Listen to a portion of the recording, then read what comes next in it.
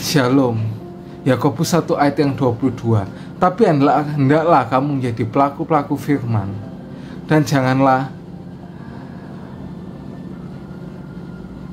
dan bukan hanya pendengar saja, sebab jika tidak demikian kamu menipu dirimu sendiri.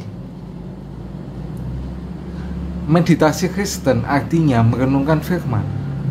Kita merenungkan firman seperti seekor sapi yang memamah biak dan mengunyahnya lagi. Metode jajaki dalam belajar Alkitab adalah sebuah cara untuk melakukan hal tersebut. Saat kita menggunakan metode ini, kita menjajaki teks Alkitab dengan pertanyaan-pertanyaan mirip dengan sebuah dongkrak untuk menolong masalahnya, untuk menolong kita melakukannya.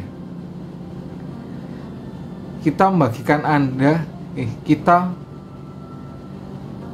ini ada sebuah singkatan, yaitu jembatan keledai, atau yang paling aneh menggunakan spacepad.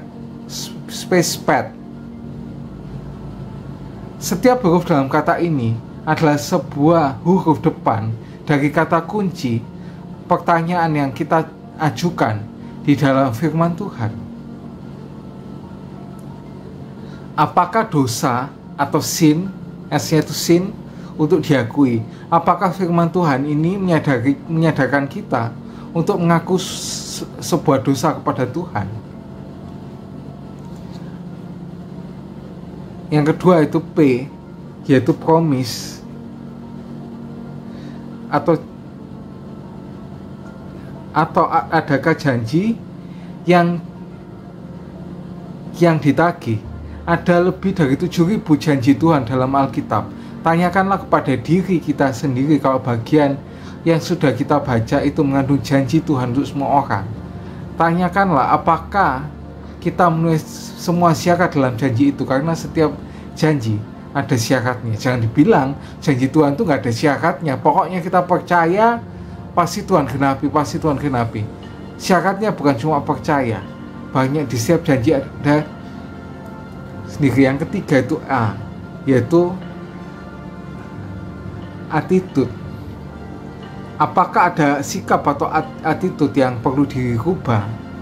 Adakah sesuatu yang perlu kita pikirkan dengan cara kesepian, kepahitan, keangkuhan, ketidakacuan, atau egoisme?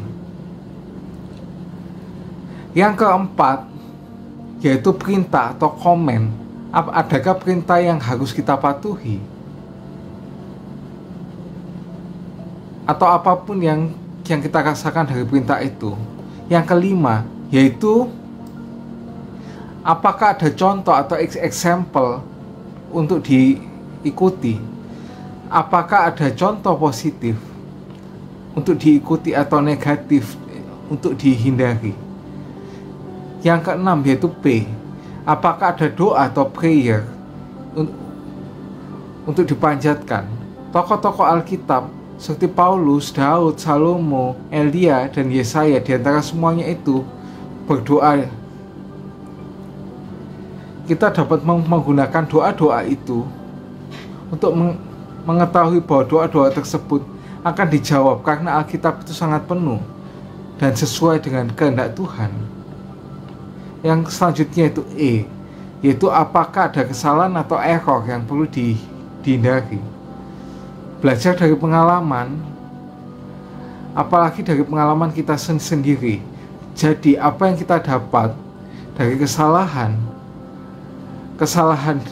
dalam Alkitab,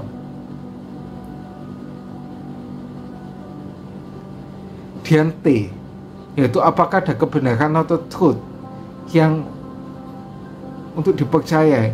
Seringkali kita akan membaca sesuatu dalam Alkitab di mana kita tidak bisa berbuat apa-apa. Kita harus sekedar percaya apa yang dikatakan Alkitab mengenai Allah, Bapa, Yesus, Roh Kudus, masa lalu, masa depan, surga, neraka, atau topik-topik lainnya yang memang masih misterius dalam Alkitab. Yang terakhir ini yang paling penting, yaitu S, yaitu apakah ada sesuatu atau something untuk memuji Tuhan. Kita dapat selalu menemukan sesuatu dalam sebuah bagian dari Alkitab untuk bersyukur pada Tuhan. Misalnya untuk sesuatu yang Tuhan telah lakukan, atau dari bahaya apa Tuhan telah melindungi kita. Nah, semua bagian di atas yaitu space pets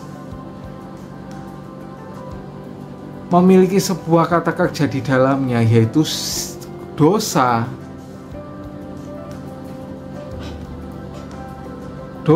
janji, sikap, perintah, contoh, doa, kesalahan, kebenaran, dan sesuatu. Ada suatu hal yang dapat kita lakukan yang berhubungan dengan pertanyaan tersebut. Tuliskan hal itu dalam Alkitab atau taruh mereka dalam catatan dalam Alkitab kita. Hal itu akan membantu kita untuk menjadi pelaku firman setiap kali kita bersaat teduh. See you and God bless you.